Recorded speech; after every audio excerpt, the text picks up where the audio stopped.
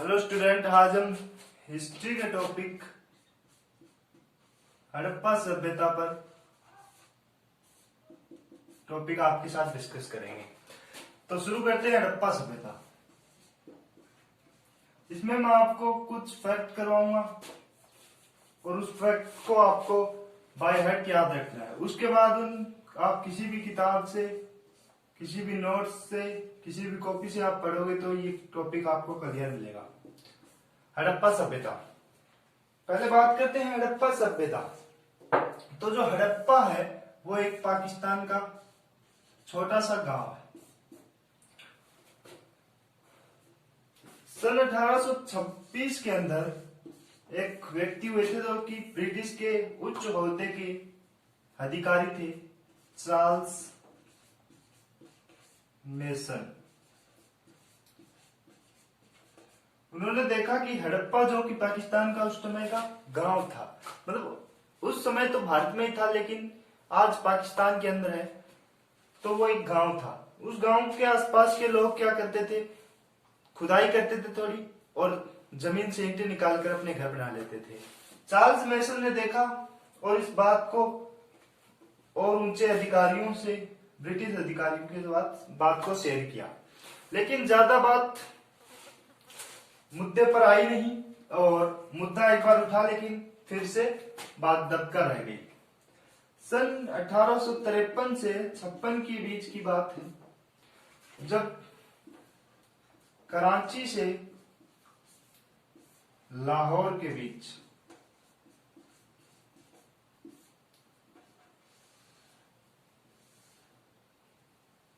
Train पटरियां बिछाई जा रही थी, तो उस समय भी ये बात जोरों शोरों से चली, लेकिन फिर बात दब गई।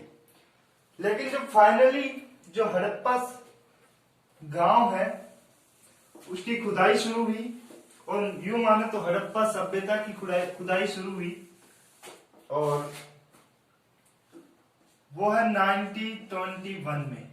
1921 के अंदर हड़प्पा की खुदाई शुरू हुई, मतलब हड़प्पा की जो खोज है वो हुई 1921 के अंदर। और वो करने वाले जो व्यक्ति थे उसका नाम था D.R. साहनी,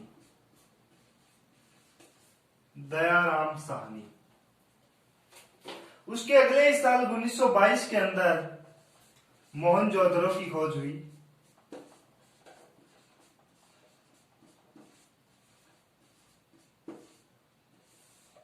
और जो करने वाले व्यक्ति थे वो थे R.D.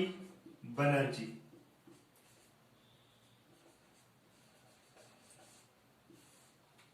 D.R. Sahni, R.D. Banerjee. D.R. का मीन्स यहाँ है दयाराम साहनी और R.D. का मीन्स है राखल दास बनर्जी। अब ये साइट्स की खोज शुरू होने लगी, खुदाई शुरू हुई, और 1921 में सबसे पहले हड़प्पा जो बेसिकली एक गांव था उसकी खुदाई हुई। अंदर एक पूरी साइट मिली, स्थल मिले, शहर, बसे बसे शहर मिले, और ये खुदाई चलती गई। 1947 तक आते आते हड़प्पा जैसे 40 स्थलों की खोज हो चुकी थी। उस समय के बोले तो भारत, और आज के बोले तो इंडिया और पाकिस्तान दोनों में मिलाकर 40 स्थलों की खोज हो चुकी थी। और प्रेजेंट टाइम की बात करें तो 1400 से 1500 ऐसे स्थल, हड़प्पा जैसे स्थल, उनकी खोज हुई है, जो कि सबसे ज्यादा इंडिया के अंदर 925, पाकिस्तान के अंदर 475 और अफगानिस्तान के अंदर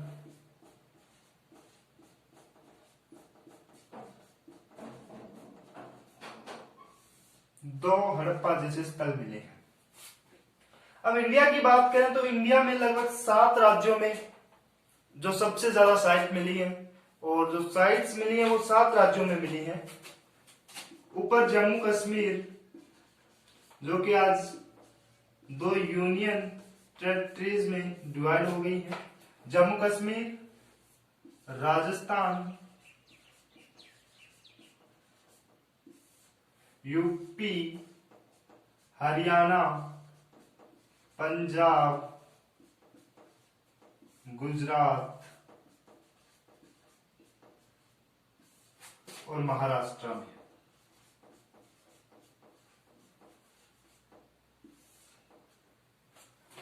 सात राज्यों में जो हड़प साइट्स मिली हैं इंडिया के अंदर, और जो सबसे ज्यादा साइट मिली है वो मिली है गुजरात के अंदर।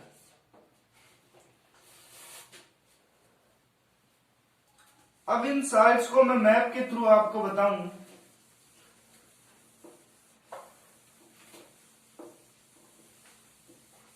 तो आप इसे ऐसे समझ सकते हैं कि ऊपर बात करूं कश्मीर की, जो कि एक यूनियन टेरिटरी है। कश्मीर का एक गांव है मांडा,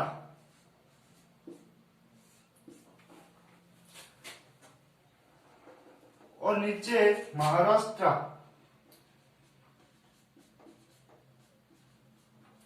महाराष्ट्र के अंदर गांव है देवाबाद।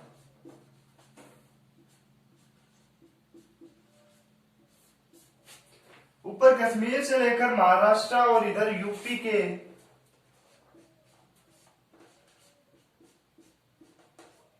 आलमगीरपुर से लेकर पाकिस्तान के शहर बलूचिस्तान में गांव है सूद का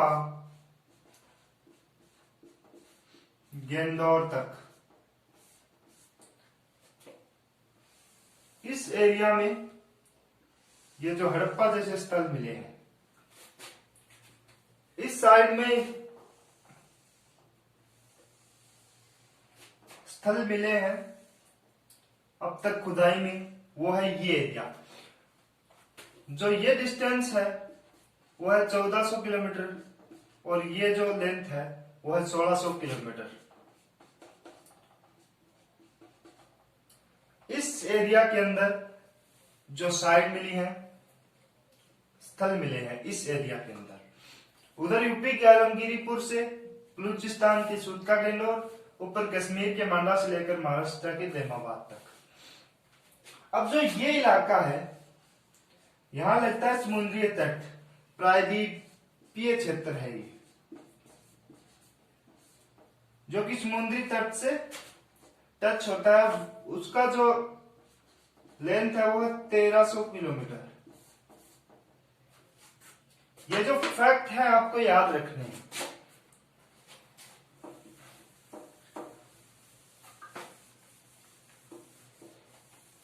अब जो हड़प्पा सभ्यता है वो इतनी फेमस क्यों हुई?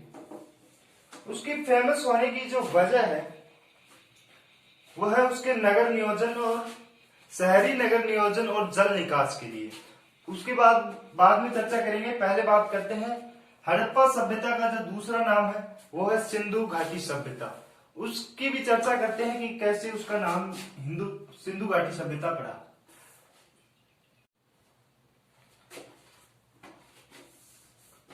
ये नदी है सिंधु नदी। अब जो शुरुआत में इसकी खुदाई शुरू हुई और जमीन के अंदर शहर मिले, स्थल मिले, तो जो सबसे ज्यादा स्थल मिले वो मिले सिंधु नदी के आसपास। इस एरिया में सबसे ज्यादा स्थल मिले। जब शुरू के अंदर जो खुदाई का काम हुआ तो हड़प्पा सभ्यता का नाम रखा गया सिंधु घाटी सभ्यता। लेकिन बाद में जब और खुदाई हुई और खुदाई चलती गई, आज लगभग 1400 से 1500 स्थल हैं। तो आज जिस प्रकार 1400 से 15 स्थल मिले हैं, तो उसमें अगर देखा जाए तो सबसे ज्यादा जो मिले हैं वो है ये हमारी गंगा नदी है, और गंगा नदी और सिंधु नदी के बीच से एक नदी आती थी सरस्वती नदी। इस नदी के आसपास सबसे ज्यादा स्थल मिले हैं अगर आज की बात करूं मैं। और जो शुरू में मिले थे वो मिले थे सिंधु नदी के पास। लेकिन आज ओवरऑल मिलाकर देखा जाए तो वो सबसे ज्यादा मिले हैं सरस्वती के किनारे। तो कई इतिहासकारों ने कहा कि इसका सिंधु घाटी सभ्यता नाम न होकर सरस्वती घाटी सभ्यता होना चाहिए, लेकिन किताबों में यूज मिलता है वो सिंधु घाटी सभ्यता का मिलता है। ये था ना उसका नाम सिंधु घाटी सभ्यता, हड़प्पा सभ्यता का नाम सिंधु घाटी सभ्यता पढ़ने का रीजन।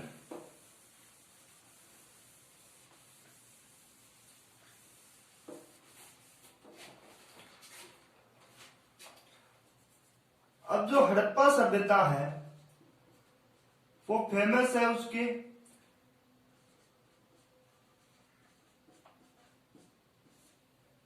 शहरी और नगर नियोजन के लिए।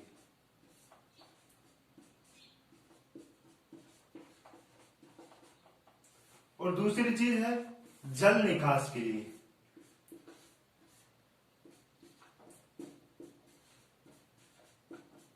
इन दो चीजों के लिए हड़प्पा सभ्यता विश्व के अंदर प्रसिद्ध है। अब बात करते हैं शहर जो गांव मिले थे उसके बसाने के जिस तरह वो बसे हुए थे उसके बारे में चर्चा करते हैं। मान लो ये कोई एक शहर की बात कर लेते हैं, कोई एक स्थल की बात कर लेते हैं। तो कोई भी एक स्थल उठाकर देखते हैं तो हम पाते हैं कि उसमें 2 टीले बने हुए थे। जो टीले थे उनमें भी एक खासियत थी। हर एक गांव में, हर एक नगर में 2 टीले बने हुए थे। एक थोड़ा जमीनी स्तर से ऊंचा, एक जमीनी स्तर से नीचा। एक टीला था बड़ा, एक टीला था छोटा जो जमीनी स्तर से ऊपर था, और एक था बड़ा। इसको नाम दिया गया पश्चिमी टीला,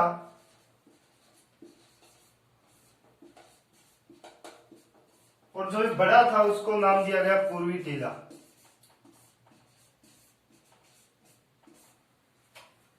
जो पश्चिमी टीला था, जो छोटा टीला था, उसकी सुख सुविधाएं और सुरक्षाएं ज्यादा थी, और पूर्वी टीला जो कि बड़ा था उसकी सुख सुविधाएं कम भी थी।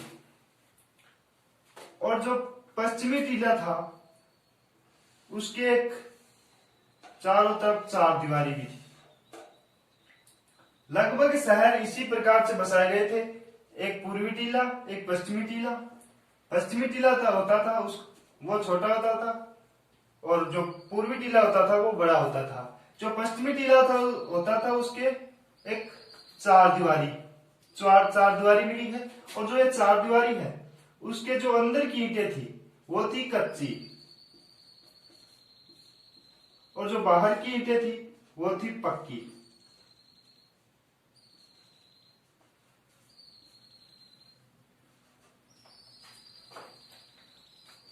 जो ये पश्चिमी टीला था वो इतिहासकार बोलते हैं कि ये शायद पुरोहित वर्ग के लिए था, जो उस समय अमीर थे, जो उस समय फर्स्ट कैटेगरी के लोग थे, जो राजा थे और जो रईस आदमी थे वो शायद रहते थे इस टीले के अंदर, और जो गरीब थे, निम्न वर्ग के लोग थे, वो रहते थे पूर्वी टीले के अंदर। पश्चिमी टीले में सुरक्षा ज्यादा थी, पूर्वी टीले में कम थी। पश्चिमी टीला छोटा था, पूर्वी टीला बड़ा था। अब जो एक स्थल आता है धोलावीरा, उसमें पश्चिमी टीले और पूर्वी टीले की बजाय इन दोनों के साथ साथ एक बीच में एक और टीला मिला है जिसका नाम दिया गया मध्यमा। सिर्फ इकलौती एक साइड है धोलावीरा।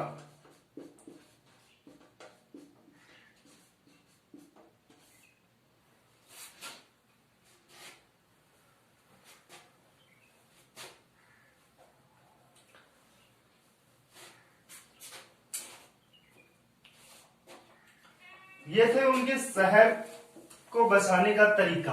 लगभग जितने भी स्थल मिले हैं उसमें शहरों को ऐसे ही बसाया गया, हर एक गांव को ऐसे ही बसाया गया है।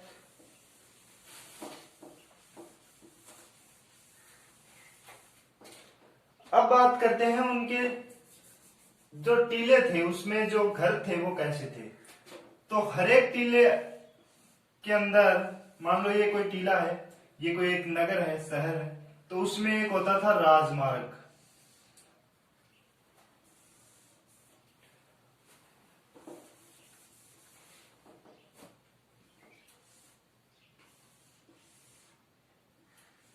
जैसे ये एक टीला है तो उसके अंदर एक चौड़ा रास्ता होता था जिसको बोलते थे राजमार्ग, जो कि 10 मीटर चौड़ा होता था। 10 मीटर चौड़ा एक राजमार्ग होता था। उस राजमार्ग से आकर मिलती थी सड़कें।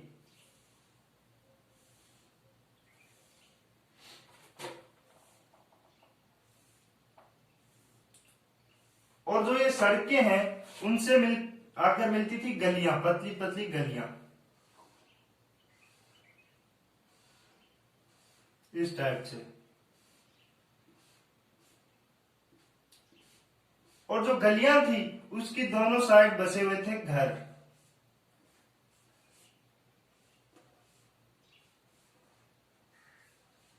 इस टाइप से। और जो घर थे उनके दरवाजे खुलते थे गलियों में। जितने भी 1400-1500 स्थल हैं उनमें सब में जो घर थे वो गलियों के इस साइड और गलियों में उनके दरवाजे खुलते थे। लेकिन इकलौता एक स्थल है लोथल, जिनमें घरों के दरवाजे खुले हुए थे सड़कों पर। जो ये सड़कें हैं इस साइड खुले हुए थे घरों के दरवाजे, और लोथल के अंदर ही चावल के साक्ष्य मिले हैं।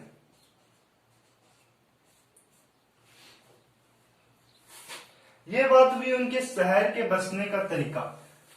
अब बात करते हैं उनके जो घर थे वो कैसे थे। मान लो ये कोई एक घर है, घर में जैसे और घर के आगे होती थी गली। घर के जो दरवाजे थे वो खुलते थे गलियों के अंदर। जैसे ही दरवाजे में प्रवेश करते थे तो आपको मिलेगी एक 6-6.25 फुट की एक लंबी दीवार।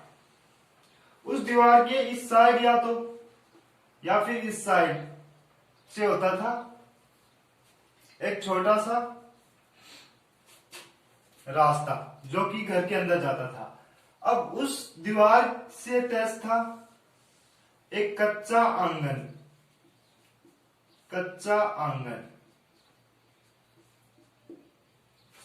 और उस आंगन में इस साइड कुआं, फिर यहां रसोई घर और यहां स्नान घर,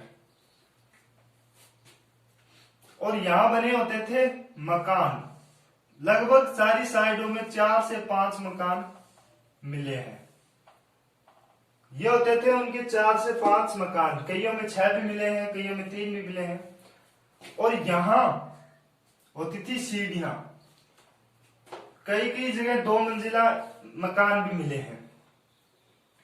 और जो रसोई और स्नान घर था उसका जो पानी था वो नालियों के थ्रू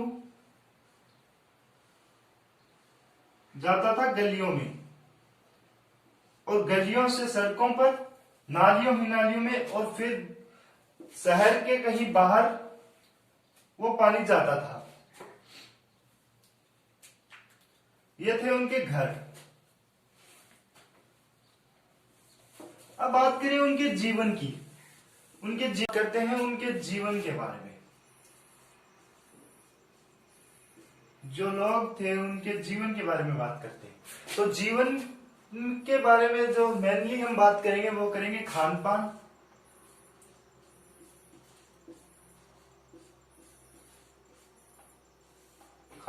और आभूषण, और उनके कपड़ों के बारे में ज्यादा मेनली जिक्र मिलता है। तो खान पान की अगर बात करें तो वो लोग शाकाहारी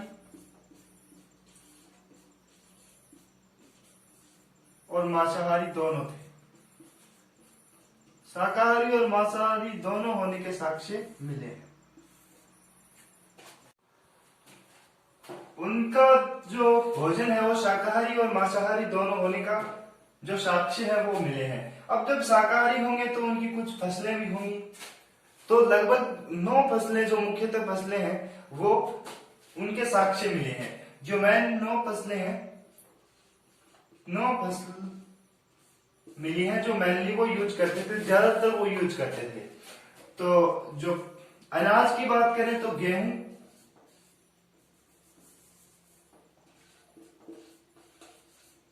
और जौ मिले हैं, बड़ी तादाद में इनके साक्ष्य मिले हैं। और बात करूं मैं फ्रूट्स की तो वो मिले हैं तरबूज,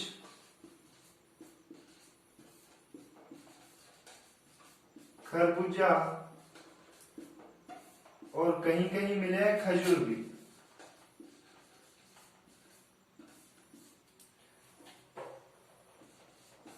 अब बात करें उनके जो शायद उस समय भी लोग सब्जियों में तड़के लगाते थे, क्योंकि तेल के जो साक्ष्य मिले हैं वो तेल, ये जिनसे तेल निकलता है वो फसलें मिली हैं राई, तिल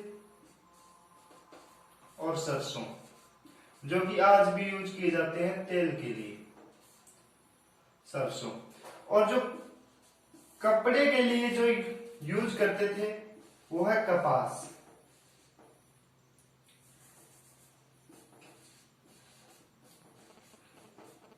कपास के भी साक्ष्य मिले।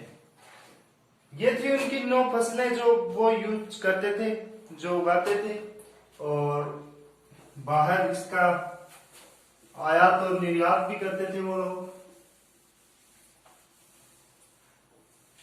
अब बात करते हैं उनके आभूषणों की।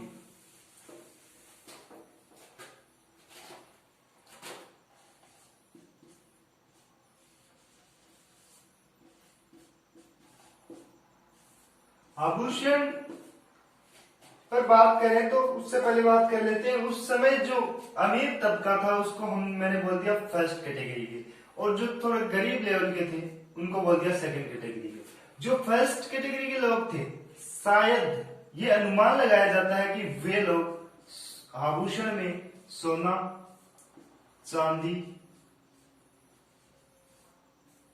हाथी दांत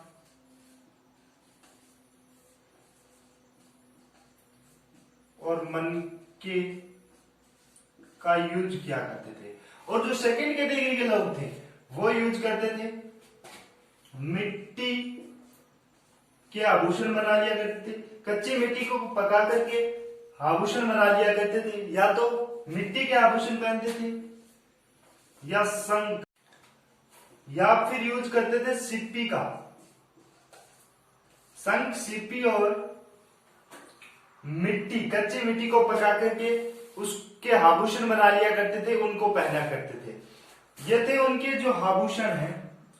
अब बात करें शंख और सीपी की, तो शंख और सीपी शायद उनको, जो मैंने बताया था 1300 किलोमीटर की प्रायद्वीपीय जो सीमा लगती थी, शायद उससे वहां से शंख और सीपी मिल जाया करते थे। और जो मनके हैं, मनके वो होते हैं जो मनके उनको बोलते हैं जो थोड़ा हाई लेवल का पत्थर होता है, जो महंगा होता है, उसको काट पीट कर उसके आभूषण बना लिया करते थे। हाथी दांत सब जानते हैं, सोना और चांदी, ये थे उनके आभूषण। अब बात करते हैं उनके कपड़ों की। तो ये सब बातें जो फैक्ट्स हैं वो हमने कहां से निकाले हैं? ये जो स्टडी हुई थी उन पर, उनके जो साक्ष्य मिले थे उनके द्वारा हमें पता चलता है। तो बात करते हैं कपड़ों पर। जो कपड़ा है, कपड़ा वो सूती भी यूज किया करते थे और ऊनी भी, दोनों प्रकार के कपड़े यूज किया करते थे। और सूती में वो लोग कढ़ाईदार और सादे दोनों प्रकार के यूज किया करते थे। यह बात हुई उनके जीवन के बारे में, कपड़ा, आभूषण और जो वो खाते थे, खान पान उनका। अब जो नेक्स्ट पॉइंट आता है वो आता है कि ये जो हड़प्पा सभ्यता है वो कब से कब रही होगी। तो जो कार्बन डेटिंग है वो बताती है कि शायद 2350 से 1750 ईसा पूर्व के बीच ये सभ्यता रही होगी। अनुमान लगाया जाता है 2350 से 1750 के बीच कार्बन डेटिंग के द्वारा। शायद इन जो सालों में वो रही होगी और इसके बाद वो विलुप्त हो गई होगी। तो आज का लेक्चर कैसा लगा, और नेक्स्ट लेक्चर में हम हड़प्पा की कुछ और फैक्ट लेकर आएंगे। Thank you for